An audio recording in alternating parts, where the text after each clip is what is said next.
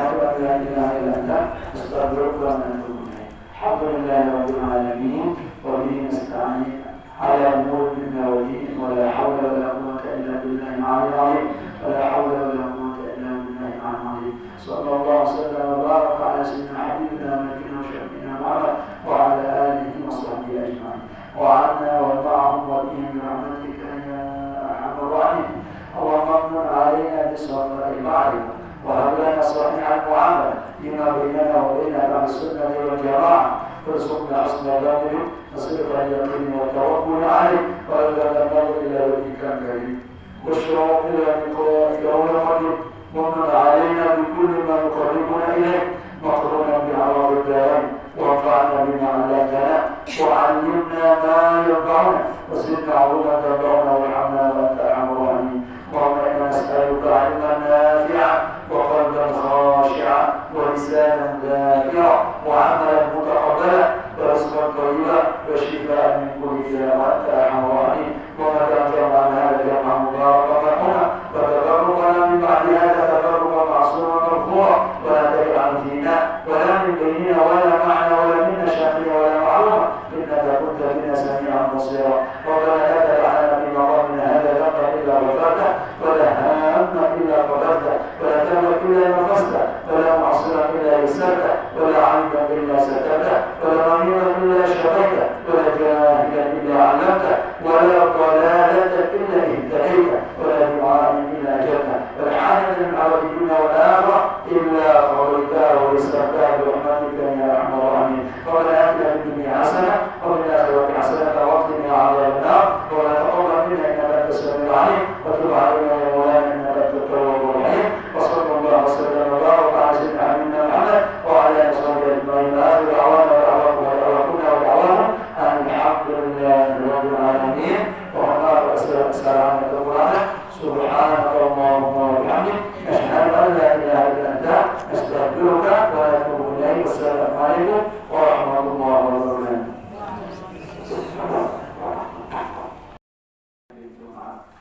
Kemudian yang kedua, seperti yang sudah dikatakan tadi bahwa tema kita pada sore hari ini adalah tentang ilmu dan belajar. Sebelumnya yang pernah dahulu kita katakan rumah besar kita dalam kajian ini adalah tentang tazkiyatun nafs atau tazkiyatun nafs tentang bagaimana mensucikan nafsu kita. Jadi kajian ini lebih kepada kajian dalam. Jadi kajian di dalam diri kita. Bukan harus disampaikan di tempat ini yang namanya manusia itu segala sesuatu bukan hanya manusia saja. Setiap ciptaan Allah itu selalu terdiri dari dua unsur besar, unsur yang tampak dan unsur yang tidak tampak. Biasanya kita bilang zahir, batin. Biasanya kalau kita bikin kartu atau ucapan selamat dulu itu, mohon maaf, lahir, batin. Itu unsur paling utama biasanya. Segala sesuatu itu tidak begitu. Zahir maupun batin atau lahir maupun batin kita dari dua hal. Yang zahir dari badan kita ini yakni badan kita. Badan kita mulai dari ujung rambut sampai dengan ujung kaki. Ini zahir. Tetapi kemudian ada yang zahir yang kedua. Dia zahir tetapi dia tidak tampak dari kita. Apa itu? Syarat-syarat di balik anggota badan kita. Kayak tangan kita ini, ya jelas tangan kita ada 5 jari, dan dua telapak tangan ada 5 jari. Tapi ada orang lengkap tangannya, telapak tangannya lengkap, jari jemarinya juga lengkap, tetapi tidak bisa bergerak. Iya Pak? Tidak bisa bergerak. Kenapa tidak bisa bergerak? Kenapa yang lain bergerak? Dia tidak bisa bergerak itu bukan karena tidak sempurna badannya dan anggotanya, tetapi ada sesuatu yang sebenarnya tampak tetapi tidak bisa tampak dengan mata biasa. Jadi fungsi-fungsinya itu. Kalau bahasanya itu kabel-kabelnya itu tidak tampak. Ibu bisa lihat uratnya. Kalau dia skala besar, urat itu namanya otot, ya kan? Tapi kan di balik otot itu ada kabel-kabel yang kecil-kecil. Itu tidak bisa tampak dengan mata, tetapi itu sesuatu yang tampak. Kenapa dikatakan sesuatu yang tampak? Karena dia bisa dilihat dengan sesuatu yang lain, dengan pengetahuan yang lain, dengan alat sepertinya. Ini bagian yang zahir. Ada juga kemudian bagian yang batin dari diri kita. Bagian yang batin dari kita ada namanya nafsu, ada namanya qalbu. Nafsu ini namanya satu namanya nafsu, keinginan kita. Ada lagi namanya qalbu. Nah, rumah besar dari kajian kita di tempat ini adalah mempelajari yang batin. Jadi tidak belajar tentang yang zahir. Maka semuanya itu nanti akan berbicara dan bermuara kepada yang batin. Yang batin itu baik itu tentang nafsu berupa keinginan maupun tentang hati dan roh. Itulah yang menjadi kajian kita. Karena apa sebab? Karena kalau batin itu bersih, maka yang zahir juga akan apa namanya melahirkan sesuatu yang mulia. Begitu seterusnya. Oleh karena itu, pasal pertama daripada kitab ini kemarin bicara tentang niat.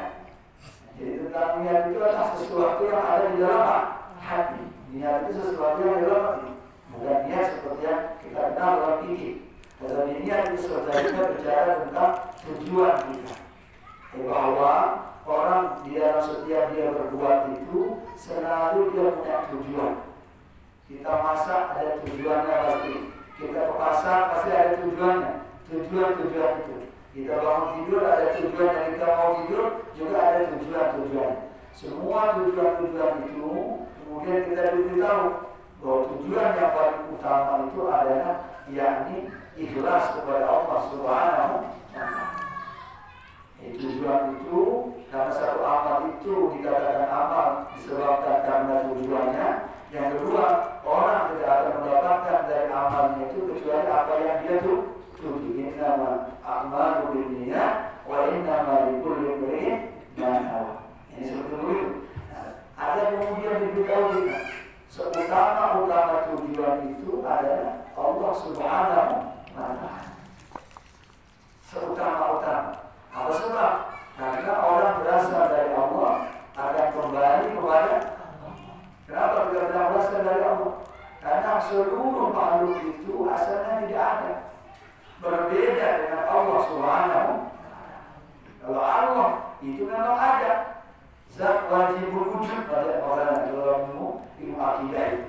Zat yang wajib wujudnya. Apa maksudnya zat yang wajib wujudnya? Akal manusia itu pasti menolak ketidakadaan. Maka dia pasti wajib. Itu namanya wajib wujud. Tapi kalau manusia ada orang seperti kita boleh ada, boleh tidak ada. Begitu juga yang lainnya. Langit ini boleh ada, boleh tidak ada. Karena apa sebab? Dia berasal dari tidak ada. Dari Allah kita berasal, kepada Allah jua kita akan kembali. Nah, oleh karena itu sebaik-baik tujuan orang yakni Allah Subhanahu wa Ta'ala. Kita makan tentu untuk sehat. Tapi sehat untuk apa? Untuk bekerja. Bekerja untuk apa? Kalau dulu pasti untuk Allah Subhanahu wa Ta'ala. Maka kemudian datanglah pasal yang kedua, sebaik-baik niat itu, sebaik-baik tujuan yakni hanya kepada Allah Subhanahu wa Ta'ala. Kenapa begitu? Karena orang itu kalau menuju kepada selain Allah, maka selain Allah tidak tetap. Kalau ibu bekerja, bapak bekerja, niatnya untuk membangun rumah tidak tetap. Entah rumah itu yang rusak duluan atau ibu yang pergi duluan. Begitu semuanya. Maka kalau berbuat sesuatu, jangan meniatkan untuk sesuatu yang rusak, untuk sesuatu yang tidak kekal. Maka berniatlah untuk sesuatu yang kekal. Berniat untuk sesuatu yang kekal dalam bahasa agama kita sebut dengan apa? Ikhlas. Jadi ikhlas itu apa? Kita memerdekakan diri kita dari segala tujuan melainkan Allah Subhanahu wa Ta'ala. Karena ikhlas itu bukan perkara zahir. Bukan perkara apa? Zahir. Jadi ikhlas itu bukan perbuatan lidah. Ikhlas itu bukan perbuatan badan. Ada orang dia memberi sambil marah-marah. Ada orang dia memberi sambil senyum. Ada juga orang memberi sambil nangis. Kalau saya tanya, mana dia ketiga yang memberi itu dia ikhlas? Yang memberi marah-marah, atau yang memberi sambil senyum, atau yang memberi sambil nangis? Tidak tahu. Tergantung. Itu. Jangan-jangan dia memberi sambil senyum, tapi dalam hatinya dia. Maksud saya mana yang ikhlas? Yang ikhlas itu ada yang tahu. Yang tahu yang ikhlas itu hanya dia dan Allah Subhanahu wa ta'ala. Apa sebab? Karena ikhlas itu bukan perkara badan, bukan perkara Allah. Tetapi dia itu adalah perkara batin. Ini perkara batin. Inilah yang kita bahas di tempat ini. Maka setelah itu untuk mengetahui tentang hal itu, tentang batin ini, diperlukan namanya ilmu. Ilmu tentang batin itu. Maka sekarang pasal berikutnya setelah kita tahu bahwa tujuan kita adalah Allah Subhanahu wa ta'ala yang ikhlas, maka perlu kita namanya ilmu. Sekarang para ulama di dalam kitab ini fadilatul ilmi wa ta'lim. Keutamaan daripada ilmu dan belajar. Dalam Al-Quran syawahidu fil Qur'ani katsirah. Hai dalil tentang utamanya ilmu dalam Al-Quran itu sangatlah banyak dan tidak terbatas. Paling pertama di sini disebutkan untuk menunjukkan tinggi. Yarfa'illahu alladziina aamanu minkum walladziina utul ilma darajat. Allah mengangkat orang-orang yang beriman daripada kalian dan orang-orang yang berilmu beberapa derajat. Maksudnya dan mengangkat orang-orang yang berilmu ditambah dengan ilmu beberapa derajat. Nah, dalam konteks ilmu batin, apa makna ayat itu? Apa yang disebut dengan beriman? Jadi iman itu juga bukan perkara zahir. Itu juga iman itu tempatnya di batin. Apa itu iman? Ulama biasanya mendefinisikan iman, mengartikan iman itu yakni ma waqarra fil qalbi wa karrarahu al-lisan wa saddaqahu al-amal. Jadi iman itu adalah ilmu yang Allah tancapkan di dalam hati seseorang. Kemudian hati itu memerintahkan raja dari anggota badan yang bernama lisan ini untuk menggerakkan. Karena sudah turun keputusan raja berupa ikrar lisan, kemudian anggota badan yang lain membuktikannya di dalam setiap fungsi. Tangan itu dia harus menunjukkan kalau dia beriman. Mata itu dia harus menunjukkan kalau dia beriman. Kalau mata itu dia beriman, dia tidak akan melihat sesuatu itu kecuali apa yang halal dan boleh bagi. Tangan ini kalau dia beriman, dia tidak akan mengambil sesuatu, dia tidak meletakkan sesuatu kecuali sesuatu itu dia tahu Allah tidak murka dengan. Jadi tangan kita dan lain sebagainya. Jadi iman itu apa? Jadi iman dalam ayat itu maknanya apa ya? Ilmu yang Allah tancapkan dan masukkan ke dalam hati seseorang. Kenapa kok ilmu apa namanya ditancapkan dalam hati seseorang? Nanti ilmu itu nanti dibagi dua. Dibagi dua. Tapi apa ilmu namanya? Kalau urusan hati tidak ada yang bisa mengendalikan. Tidak ada yang bisa. Tidak suami ibu, tidak anak ibu, tidak benda-benda kesayangan ibu. Karena urusan hati itu urusan Allah. Yang tahu hati hanya Allah. Makanya baginda kita Rasulullah Sallallahu Alaihi Wasallam mengatakan itu, innamal qalbu baina asabi'ir rahman. Hati setiap hamba itu seumpama permisalannya itu seperti ada di antara dua jemari Allah. Kalau Allah ingin membalikkannya begini, akan kelihatan punggungnya. Kalau Allah ingin membalikkannya begini, akan kelihatan apa namanya? Maksudnya apa? Kalau Allah mau, dia bisa menghitamkannya. Kalau Allah mau, dia bisa apa namanya? Menggelapkan. Bahkan manusia kita ini tidak bisa mengendalikan apa? Hati. Karena hati itu hanya yang bisa mengendalikannya hanya Allah. Gimana caranya lebih dekat? Saya bertanya ini, ibu punya handphone atau punya telepon? Siapa punya telepon seperti begitu? Siapa yang mengendalikan telepon itu? Ibu atau provider? Sendiri. Atau satelit?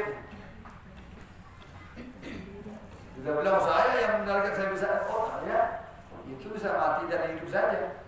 Berjalan enggak? Coba kalau providernya mati kan, apa ibu bisa melakukan?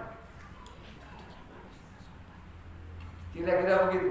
Maka SIM card itu, kartu dalam handphone itu seumpama hati di dalam manusia. Yang pemiliknya, meskipun dia memiliki, dia tidak bisa mengendalikannya. Ibu, di SIM cardnya ada, pulsanya habis. Bisa apa dengan itu? Tidak bisa. Harus ada casnya dulu. Satelitnya yang mengendalikan. Ya, ini dalam sisi manusia, begitu. Begitu juga dengan hati. Maka di sini yang disebut dengan iman itu ilmu yang Allah masukkan dalam hati. Hati ini nanti akan menurun kepada raja dari badan-badan kita. Raja badan kita itu namanya lidah. Setiap pagi, setiap kita bangun tidur, semua badan kita itu bersujud kepada lidah. Lidah, jagalah diri agar kami bisa kerja. Nanti baru kemudian lidah ini sebagai raja, sebagai panglima, dia berkata kepada yang lainnya untuk apa namanya? Taat kepada. Ini namanya apa? Iman. Kalau bahasa agama tadi, ma waqarra fi qalbi ahadikum wa karrarahu lisan wa saddaqahu al-'amal. Sesuatu yang tertancap, ilmu yang tertancap dalam hati kalian, kemudian dikeraskan oleh lisan dan dibuktikan oleh amal. Allah mengangkat derajat orang yang beriman ini. Yang iman ini, yang bahwa dia yakin ada Allah Subhanahu. Lidah ini berzikir, kemudian badan ini kemudian disucikan. Tetapi walladzina utul ilma darajat. Sedangkan orang yang berilmu, setelah dia beriman, jadi ibaratnya apa namanya, kemudian dan itu dia punya SIM card. Sekarang kalau ada telepon tuh, telepon cuma bisa telepon aja ada. Ada telepon hanya bisa untuk SMS saja ada. Ada telepon bisa untuk telepon apa namanya, ngomong dan juga SMS. Ada juga bisa video call. Ada juga yang fungsinya yang lebih lagi. Untuk bisa tadi itu memiliki telepon, apakah telepon yang bicara atau kemudian yang lainnya yang semakin tinggi dibutuhkan namanya ilmu. Maka Allah Subhanahu memperlihatkan di situ mereka yang berilmu setelah beriman tentu derajatnya lebih tinggi di sisi Allah Subhanahu. Ini juga keutamaan daripada ilmu. Maka oleh para ulama ini dikatakan tidak ada majelis tempat berkumpul yang lebih utama melebihi tempat berkumpul untuk menuntut ilmu. Dulu pernah di zaman baginda dari Rasulullah, sahabat-sahabat berkumpul di masjid. Di kumpulan masjid Nabi itu ada orang yang belajar ilmu, ada juga yang zikir, zikiran. Jadi halakoh zikir. Jadi kalau ada orang tidak suka dengan berzikir bersama-sama itu, karena katakan itu bid'ah, itu kurang membaca. Itu kurang apa? Karena Nabi pernah ada barang itu. Bahwa di masjid Nabi itu ada kelompok orang yang berzikir bersama-sama, ada kelompok yang belajar. Ketika datang, Rasulullah memilih kelompok yang tidak memilih kelompok yang berzikir bersama. Ada dalilnya ada dalam Sahih Bukhari dan Sahih Muslim. Cerita tentang itu. Jadi kalau ada orang diajak misalkan misal bapak ibu diundang ke satu rumah tertentu, kemudian diajak bersama-sama berzikir, zikiran begitu. Oh, tidak mau datang, kenapa? Tidak pernah lihat para Nabi. Itu salah. Nabi memang tidak pernah melakukan itu. Tetapi Nabi pernah melihat kelompok yang begitu dan beliau tidak melarang. Tidak melarangnya Nabi itu merupakan ikrar dari Nabi bahwa perbuatan itu bukanlah perbuatan yang terlarang. Karena kalau dia terlarang, pasti dilarang oleh Rasulullah SAW. Karena Rasul tidak mungkin membiarkan sesuatu yang itu. Hanya ada hanyanya. Memang di zaman Nabi tidak ada orang pakai speaker, tidak pakai teriak-teriak. Hanya biasa-biasa berzikir dengan suara yang didengar tanpa harus berteriak-teriak. Itu saja bedanya. Bahwa berzikir bersama-sama itu ada di zaman Rasulullah. Tapi bukan itu fokus kita. Fokus kita bahwa Rasulullah SAW ketika masuk ke dalam masjidnya, beliau mendapati dua kelompok. Ada kelompok orang yang berzikir, ada kelompok orang yang menuntut ilmu. Kemudian beliau lebih memilih untuk duduk bersama kelompok yang menuntut ilmu. Pilihan Nabi menunjukkan apa? Menuntut ilmu itu jauh lebih tinggi daripada berzikir. Majelis ilmu jauh lebih utama daripada majelis berzikir.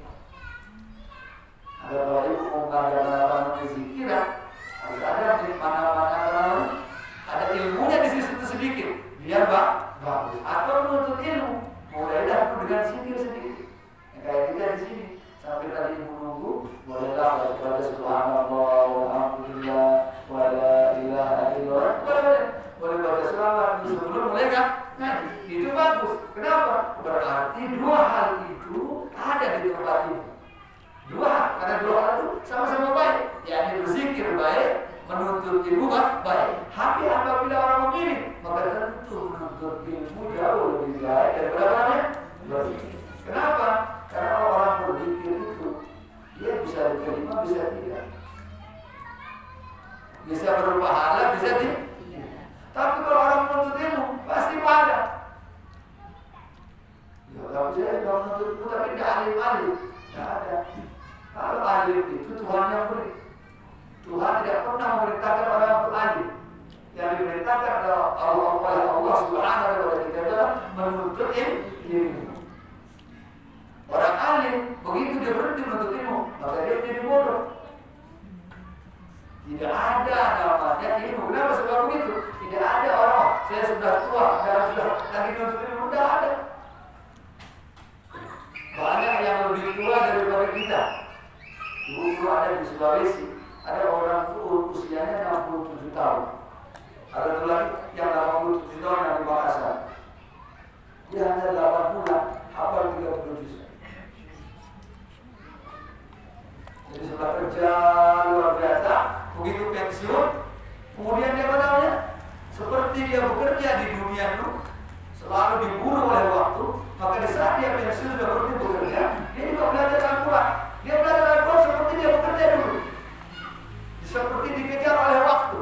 Dan alhamdulillah pada 8 bulan dia hafal 30 juz. Jadi kalau dulu masih bisa dari hafal 30 juz, bisa. Kalau subuh ya, tapi kalau sehari ngaji nanti sebulan baru lagi buka Qurannya, insya Allah setelah 1000 tahun barulah hafal 1 ayat 2 ayat. Ada rezeki. Jadi ini diantaranya ayat Jarfa'illahu alladhina amanu itu. Jadi iman di sini jadi ilmu dalam hati. Sedangkan ilmu dari sisi zahir, ilmu batin paling batin. Kemudian ada lagi firman Allah Ta'ala, qul hal yastawi alladziina ya'lamuuna walladziina la ya'lamuun. Qul, katakan, ditanyakan bahwa yang sama, apakah sama antara orang berilmu dan orang yang tidak berilmu? Pertanyaan semacam ini dalam Al-Quran itu namanya litaubih, untuk memberikan sindiran. Jadi pertama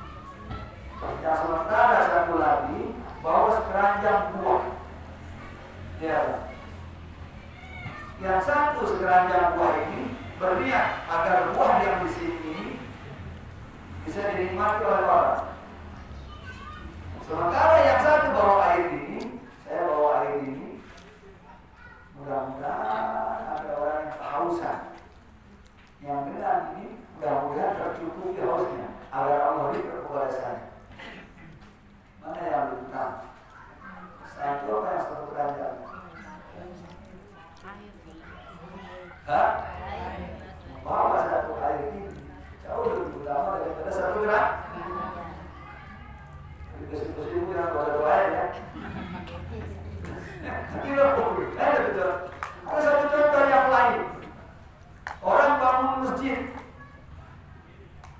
Orang bangun masjid, dia bangun masjid, uangnya 10 miliar. Dia bangun masjid dengan 1 miliar. Sementara bapak ini, beliau ini, dia juga ikut membangun masjid. Uangnya cuma 100 ribu. Dia kasih 100 ribu. 100 ribu. Sementara yang satu, dia nyumbang 1 miliar, sementara uangnya 10 miliar. Kira-kira lebih utama yang mana?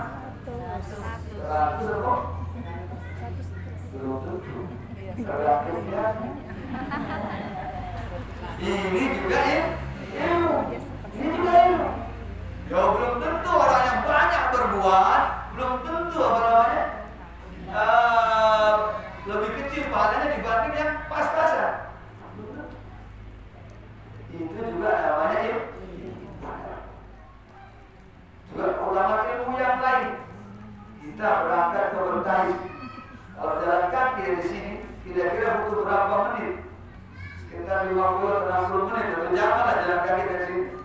Jangan. Pakai ilmu. Pakai sepeda. Gara-gara ilmu buat sepeda. Lebih cepat pastinya. Bagaimana kalau sekarang ada namanya teknologi drone namanya? Lebih cepat daripada pakai mobil sekalian. Nah kalau pakai mobil, apa namanya?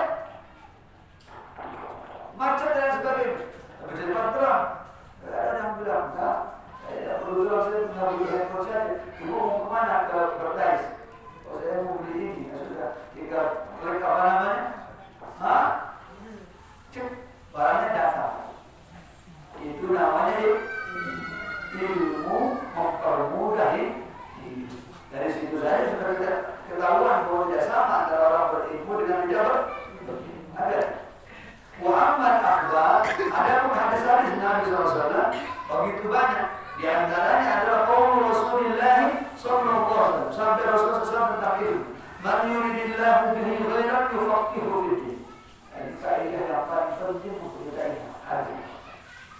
Man siapa saja yuridillah yang Allah menginginkan bagi siapa orang itu khairan kebaikan yufaqihu fiddin, maka Allah memberinya pemahaman yang mendalam di dalam agama. Maksudnya kalau kita ingin lihat apakah kita ini dikehendaki baik atau tidak oleh Allah, apakah dalam diri kita itu Allah menghendaki kebaikan atau tidak, bisa kita melihat. Bagaimana cara melihatnya? Apakah kita diberi ilmu tidak oleh Allah? Di sini memang Nabi hanya menyebutkan tentang agama. Yufaqihu fiddin. Allah memberinya ilmu di bidang agama. Tetapi agama yang sebenarnya agama bukan berarti ilmu di bidang agama itu bukan hanya berkenaan dengan ilmu tentang sholat. Ilmu tentang agama itu bukan berarti berkenaan hanya tentang taharah bersuci saja. Karena agama bukan hanya isinya tentang ibadah saja. Di dalam agama ada juga namanya apa? Muamalah.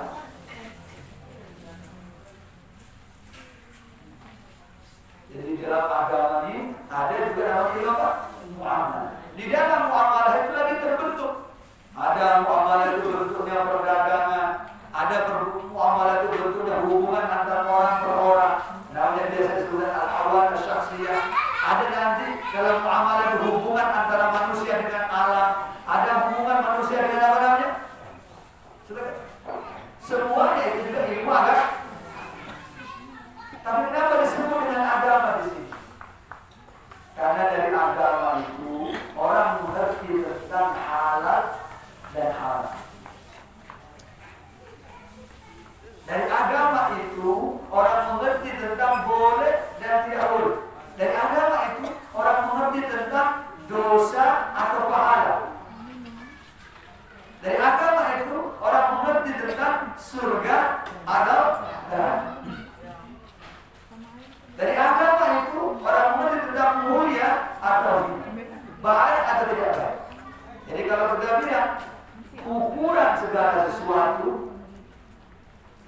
menurut yang menciptakan kita diukur berdasarkan apa? Agama. Jadi ukuran baik dan tidak baik itu bukan ukuran pasar, bukan ukuran apa namanya status sosial, tidak. Ukurannya agak halal atau tidak halal itu bukan urusan status sosial, bukan. Tetapi itu urusan agak. Jadi kenapa disebut itu? Siapa yang dikehendaki baik oleh Allah berikan kepadanya pemahaman yang mendalam dalam ilmu agama.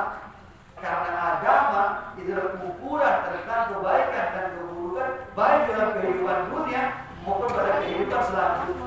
Jadi kehidupan akhir. Boleh jadi menurut seseorang ini baik, tapi kalau menurut agama tidak baik, itu tidak baik. Banyak yang baik menurut satu kaum, tetapi tidak baik menurut satu kaum yang baik. Tapi kalau agama berkata baik, insya Allah kalau orang itu berpikir dengan cerdas, maka tidak mungkin dia tidak baik. Tidak mungkin Allah menghalalkan sesuatu, di dalam apa yang Allah halalkan itu terdapat apa namanya keburukan bagi hamba. Tidak mungkin Allah Subhanahu wa Ta'ala mengharamkan sesuatu bahwa di dalam keharaman itu di situ ada namanya manfaat yang keutamaan bagi hamba. Sesuatu yang Allah haramkan pasti tidak ada keutamaan di situ. Sesuatu yang Allah katakan halal pasti di situ banyak keutamaan. Ada. Itu namanya ilmu agama. Jadi tandanya, jadi kita lihat sekarang, kita ini kalau kita tadi baik, apakah Allah memberi kepada kita pemahaman tentang agama yang baik? Nah sekarang usia kita berapa? Kalau sekarang di antara kita, usia saya 70. Kita bercermin, bertanya, apa yang sudah kita tahu di usia 70 tahun ini tentang agama? Yang dasar-dasar. Yang dasar-dasar dulu. Pengetahuan tentang Allah. Sudah kenalkah kita tentang yang dasar-dasar lagi? Pengetahuan tentang Nabi. Sudah kenalkah kita tentang Nabi? Yang dasar-dasar. Bersuci. Sudah tahukah kita tentang bersuci? Sholat. Sudah tahukah kita tentang sholat? Dan begitu seterusnya. Mana yang halal, mana yang haram, mana yang najis, mana yang suci. Apakah kita tahu atau tidak? Kalau sampai umur 70 tahun kita tidak tahu, itu berarti ada kemungkinan Allah tidak menghendaki ada kebaikan bagi diri. Tapi alhamdulillah kita orang Indonesia. Ini alhamdulillah. Bangganya kita menjadi orang Indonesia. Karena orang tua kita dulu yang pertama kali diajarkan kepada kita selalu tentang agama. Alhamdulillah. Apa dia senakal-nakalnya, sejahat-jahatnya orang Indonesia, cintanya kepada agama itu sangat tinggi. Ini satu kebaikan. Karena kebaikan tidak banyak seseorang harus dia memiliki dari itu. Maka salah satu itu yang menjadi renungan kita ada kalimat yang 12 dalam Al-Quran, yakni nasihat wasiatnya Nabi Yakub kepada putra-putra ketika dia akan wafat. Apa kata Nabi Yakub? Antum Allah berfirman, Allah Subhanahu antum syuhada'a in hadara Yaqub al-maut.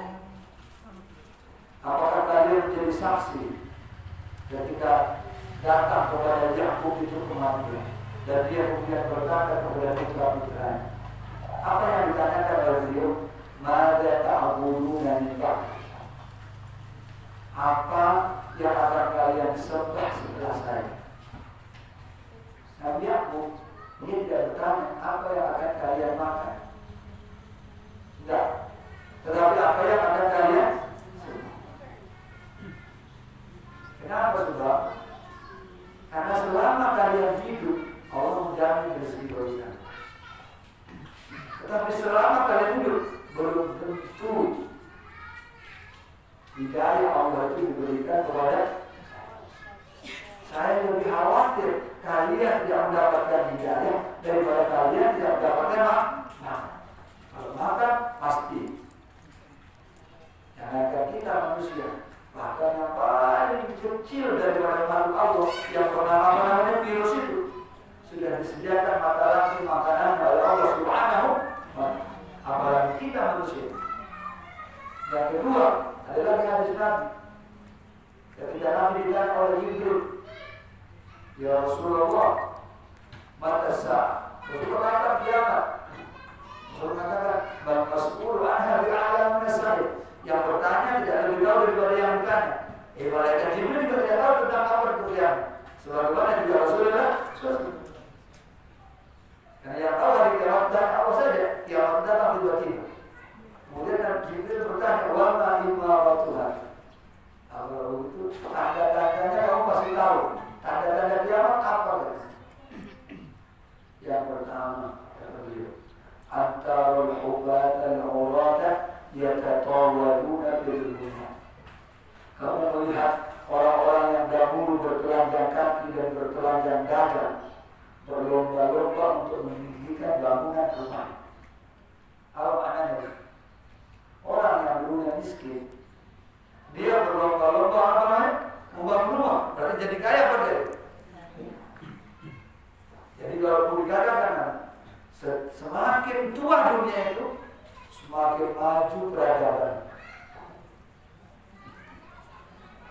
Semakin apa namanya? Tidak ada orang miskin. Mana lebih miskin? Ibu yang sekarang apa ibu yang dulu? Nah, wah dulu punya uang 20.000. Waduh, lamanya bukan baik. Karena untuk beli minyak itu hanya 10 rupiah. Beli beras hanya berapa rupiah dulu? Sulit untuk dapat 50.000 ya udah. Sekarang gampang apa? Bukan pengusaha tahu semua. Iya kan? Sehari bisa dapat 200-300.000. Jadi kalau ukuran nilai, ukuran apa namanya kita dibesarnya itu, berarti orang sekarang jauh lebih kaya dari orang dulu. Jujur apa enggak? Dulu orang mau naik haji, subhanallah, dia harus jual apa namanya? Berapa? 20 hektar, 20 ada sawahnya. Dulu. Jadi banyak sawahnya yang habis itu bisa naik. Sekarang mau naik haji, gak usah dulu. Sehari saja sudah naik haji. Kaya mana?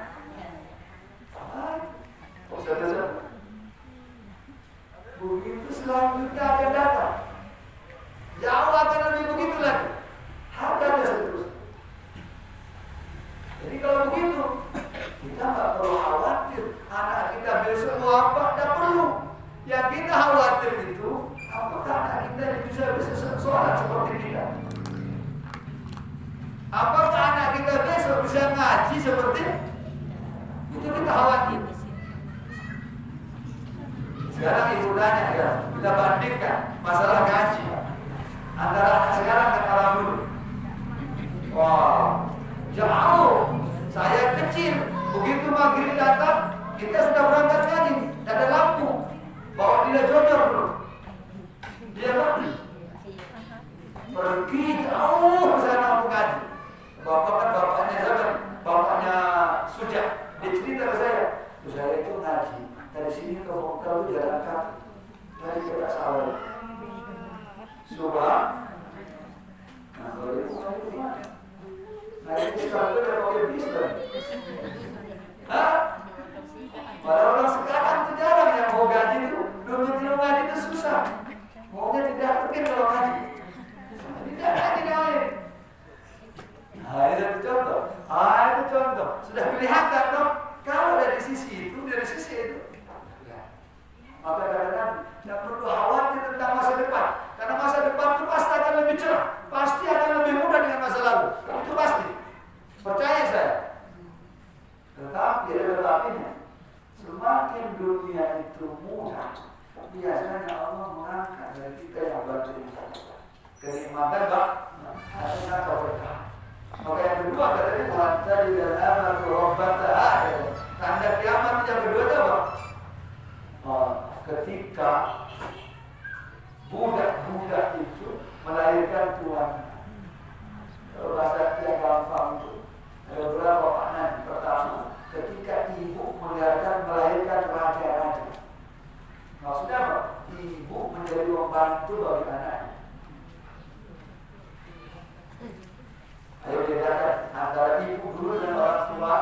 dengan anak ibu dengan ibu sekarang. Mana bagusnya? Alam nih.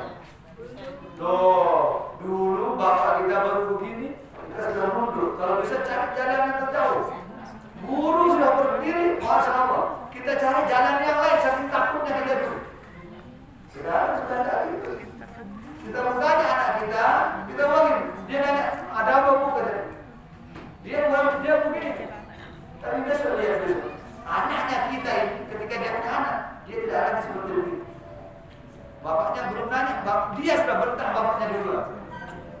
Itu akan begini. Ini yang dikosongkan dari dalam batu. Oh, begitu. Nah, ini diantaranya seperti begitu. Bahwa kehidupan dunia itu pasti akan lebih mudah. Dia masa yang akan datang akan lebih. Tetapi nikmat rohaninya itu akan semakin sulit. Makanya kita ada begitu. Ketika Allah ingin memberikan baik kepada seseorang, satu kaum, maka dia beri pengetahuan tentang agama. Kita harus khawatir kepada anak kita tentang agamanya, bukan khawatir tentang dunia. Karena kalau dunianya Allah jamin dari. Tapi kalau agamanya tidak.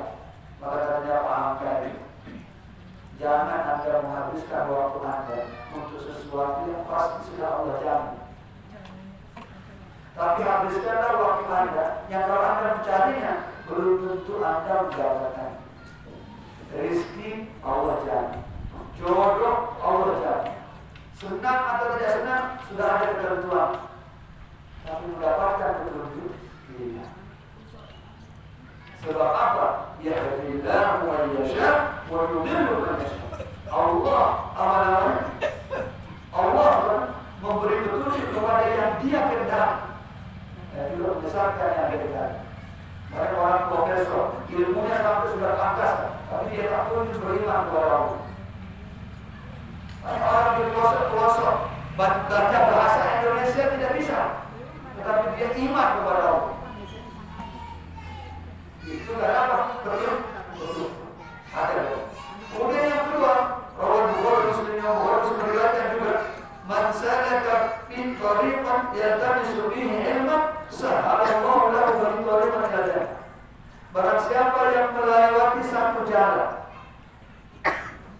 dia ingin mencari ilmu dari jalan yang dia lewati, Allah akan mudahkan baginya jalan menuju surga.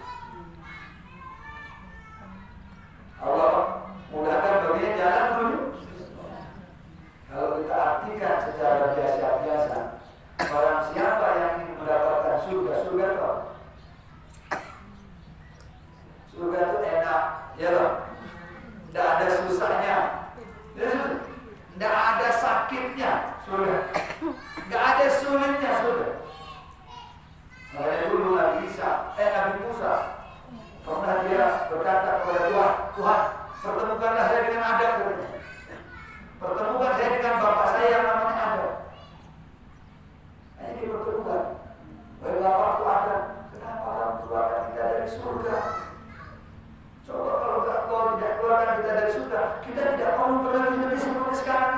Tidak perlu payah-payah, tidak perlu susah-susah. Tinggal nikmati, mau ini ada, terutama ada semua. Kata Nabi Musa. Tapi Nabi Adam bilang, ya Musa, bukankah kamu yang Allah bicara langsung oleh Allah? Senang menawar Musa kalimu apa pendapat tentang sesuatu kejadian yang sudah ditentukan 40.000 tahun sebelum kejadian itu berlaku? Apakah orang bisa menolaknya atau tidak? Bahwa Nabi Adam akan tergoda sehingga dia dikeluarkan dari surga. Jauh sebelum dia dikeluarkan, sebelum kejadian itu sudah ada ketetapannya di lauhul. Dia jangan semena-mena.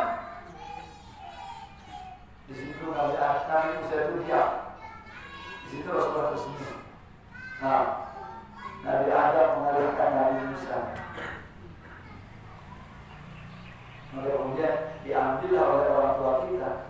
Sehebat-hebat anak, yang hebat itu siapa? Orang tuanya.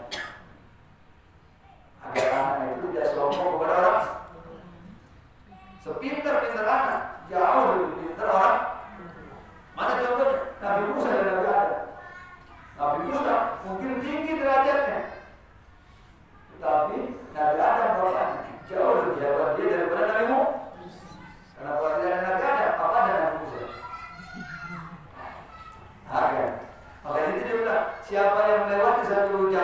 Kalau dia menuntut ilmu, ilmu itu akan memudahkan jalan yang menuju surga. Kalau secara maknawi, secara zahir artinya, kalau Anda ingin bahagia di dunia, Anda memiliki ilmu.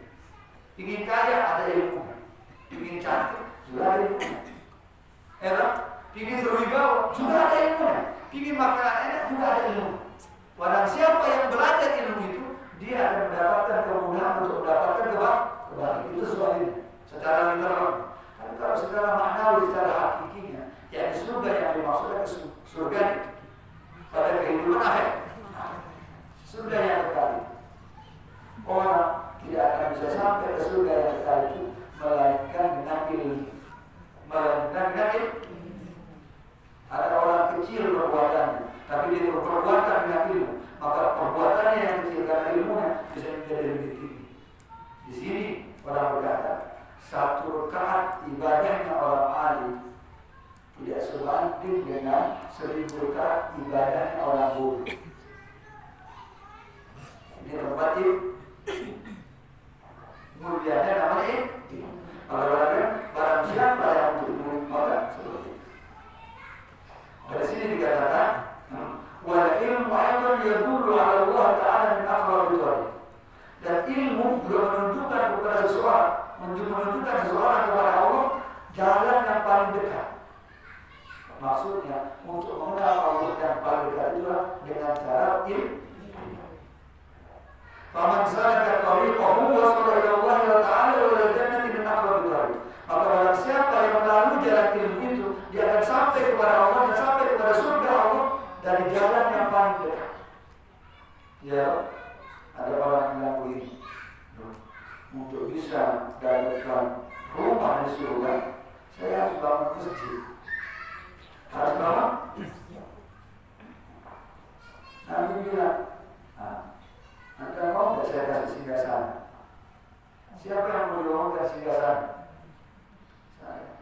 Kalau Anda mau dibangunkan singgah sana, setiap selesai subuh, setiap selesai maghrib, bacalah La ilaha illallah wahdahu la syarika lahul mulku wa lahul hamdu yuhyi wa yumiitu wa huwa ala kulli syai'in qadir.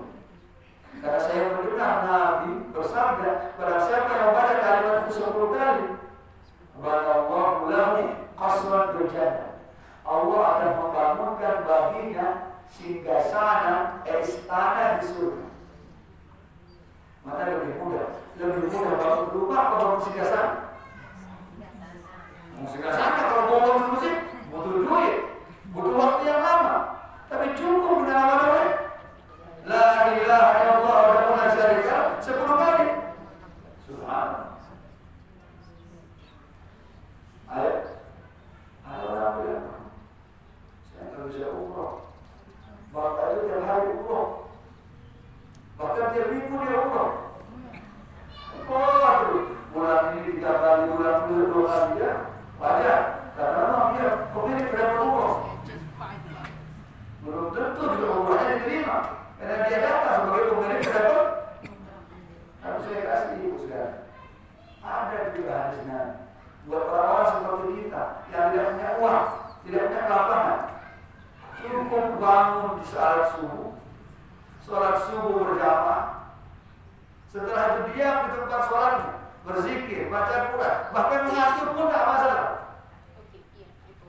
Mengantuk pun tidak masalah, asalkan tidur ngorok aja.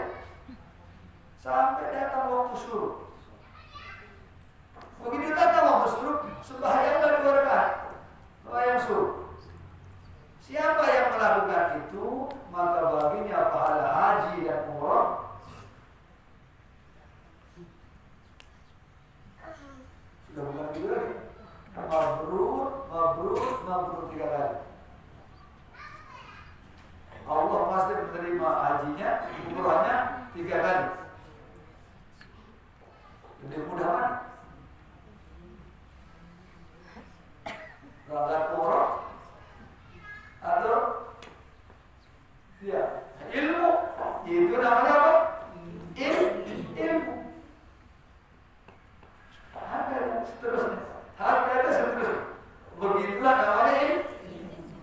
Maka barang siapa yang ingin dekat itu, jalan menuju Allah dan menuju kepada surga Allah itu tidak ada jalannya melainkan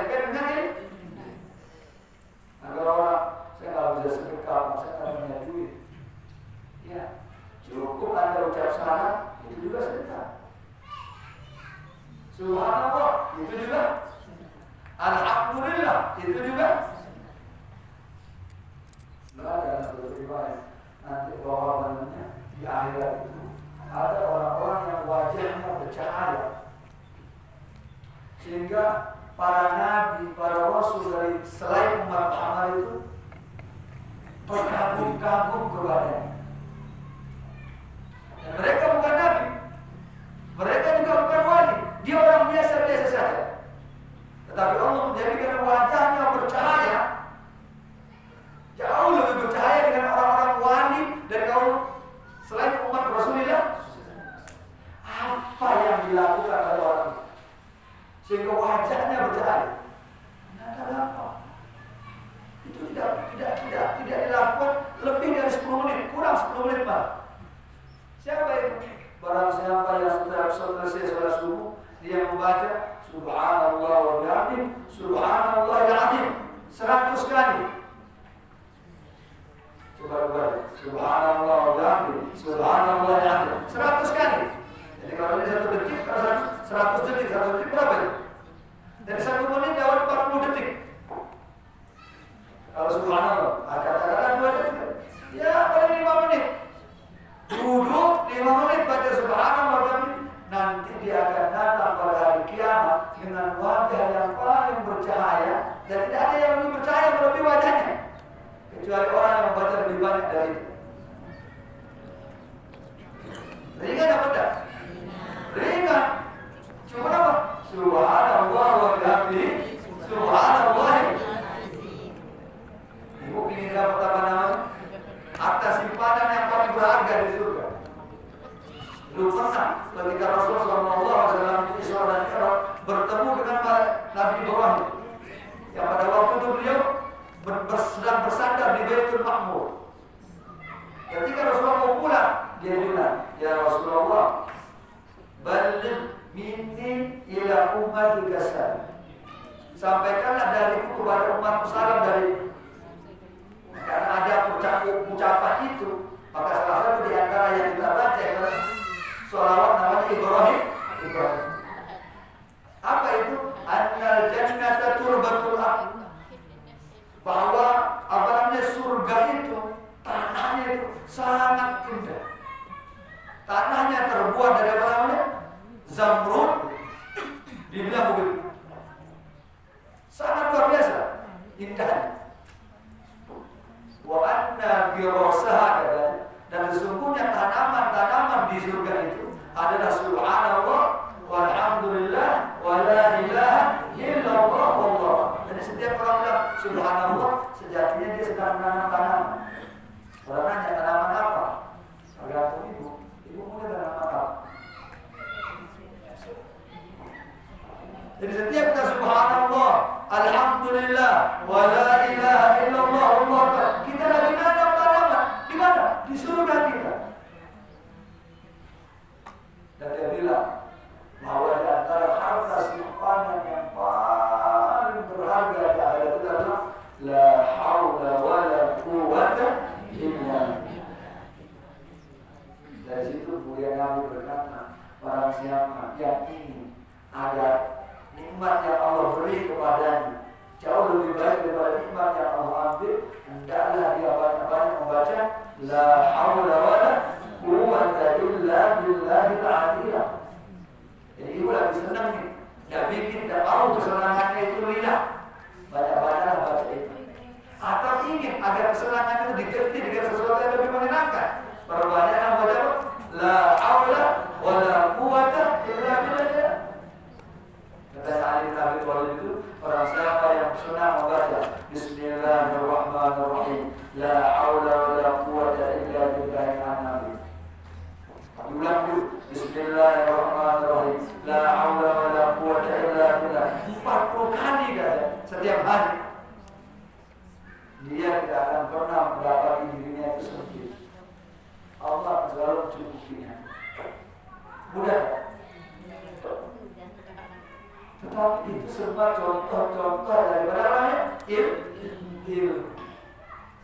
Itu ilmu adalah jalan yang paling mudah menuju Allah dan paling mudah menuju kepada surga Allah Subhanahu wa Ta'ala. Jadi katakan begitu. Kemudian ada lagi di sini. Wal ilmu ayat yahtadi bihi fi dhulumat al-jahli wasyirki wasyukuk. Dan dengan ilmu seseorang bisa mendapatkan petunjuk di dalam gelapnya ketidaktahuan. Maksudnya kalau Anda sedang tidak tahu, belajar. Ilmu jadi obat ketidaktahuan. Kemudian yang kedua, kalau Anda sedang bingung, belajar. Ilmu jadi jalan keluar dari setiap kebingungan.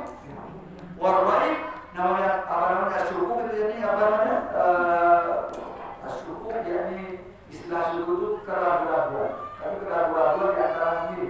Saya pilih A atau pilih B. Itu juga ada ilmu. Bagaimana ilmunya? Ada namanya sebenarnya istilah. Ada istilah. Kenapa itu? Kemudian dikatakan di sini. Ada hadis Nabi an Abdullah bin Amr wa an Nabi sallallahu alaihi wasallam. Dari Abdullah bin Amr bin As radhiyallahu berdua dari Nabi sallallahu alaihi wasallam beliau bersabda, "Inna Allah la yabdul ilma intiza'an yantaz'u min sudurin nas, walakin yabdilu bi qabdil ulama." Allah tidak menghilangkan satu ilmu dan mengangkat satu ilmu itu dari manusia. Tetapi Allah mengangkat ilmu itu dengan cara mewafatkan ulama. Fa idza lam yakun 'alimun ittakhadha an-nas ru'usan juhala. Apabila tidak ada orang berilmu, maka manusia akan menjadikan orang-orang bodoh sebagai orang yang berilmu. Fas'alu, kemudian mereka bertanya kepada orang bodoh itu, apa bighairi ilmin? Orang bodoh itu akan memberi fatwa tanpa ilmu, fadallu wa adallu. Dia akan sesat dan menyesatkan. Ditanyalah apa riwayat yang sahih tentang hadis itu. Apa yang dimaksud dengan itu? Ilmu apa yang pertama kali Allah ambil dari orang? Lau syi'tu la akhbartuka bi awwal ilmin yurfa'u min an-nas. Kalau kamu mau, saya beritahukan kepada ilmu pertama kali yang Allah angkat dari manusia itu namanya al-khusyuk, rasa khusyuk.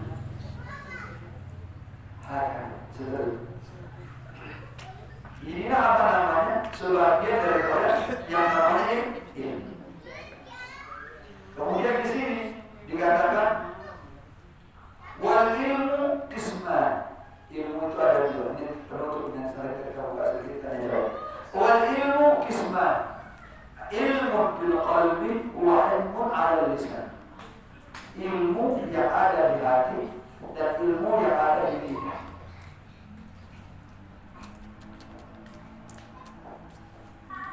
Qala Ibnu Mas'ud radhiyallahu anhu, berkata sahabat Abdullah bin Mas'ud, semoga Allah mudah-mudahan, inna aqwaman yaqra'ul Qur'ana la yujawizu taraqi.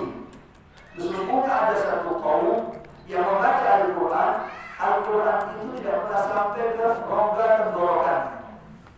Walakin idza waqa'a fil qalbi farasakh fiha. Tapi kalau Al-Quran itu bisa masuk ke dalam hatinya, pasti tidak akan memberi manfaat lagi. Dari kalimat itu diketahui bahwa ada yang namanya ilmu. Hanya sampainya di lidah. Ada juga ilmu itu sampainya di dalam hati.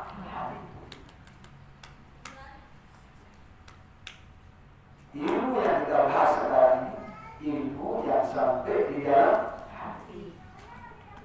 Qala Al-Hasan, Imam Hasan Al-Basri berkata, al-ilmu ilman.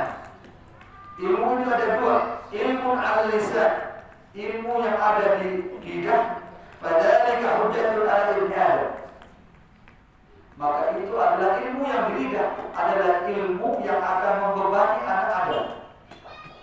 Kama fil hadis, sebagaimana dalam hadis Nabi dikatakan, Al-Qur'anu hujjatun laka aw alaik.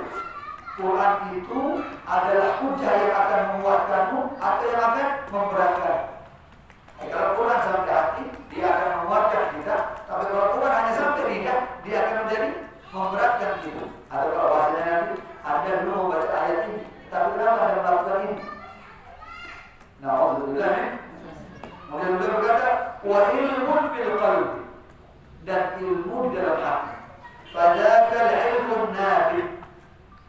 Ilmu yang di dalam hati itulah ilmu yang bermanfaat. Apa maksudnya? Maksudnya sebelum orang mempelajari ilmu yang pada lidah dan tidak ada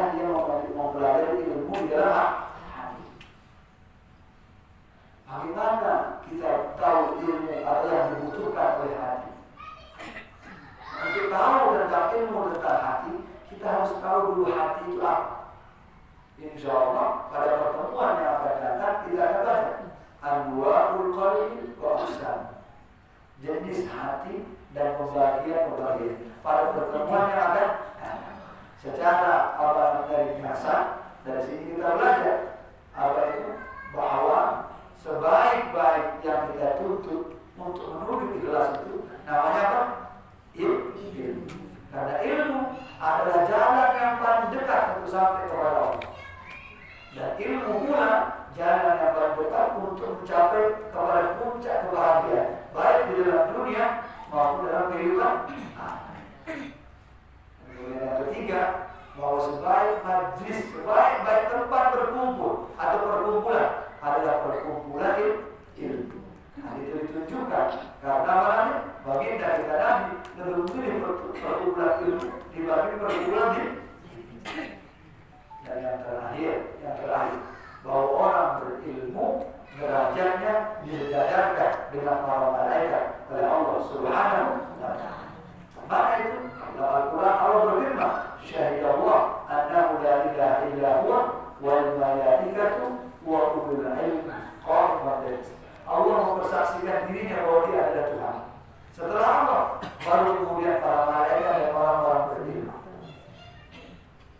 Jadi orang berilmu itu derajatnya sejajar dengan para malaikat. Dalam satu riwayat Nabi bersabda, Al-Mahiru bil Quran ma'asafaratil kiramil barah. Orang yang ahli di dalam Al-Quran, maksudnya ilmu agama, dia akan duduk bersama dengan safaratul kiramil barah, para malaikat yang mulia dan penuh kebaikan. Wa ammal ladzi yatatahda'u bil Quran, ada orang yang lelah sekali belajar ilmu tapi tidak pandai-pandai, falahu ajran, dia mendapatkan 2 pahala. Pahala dia belajar, pahala dia sulit sekali di dalam belajar.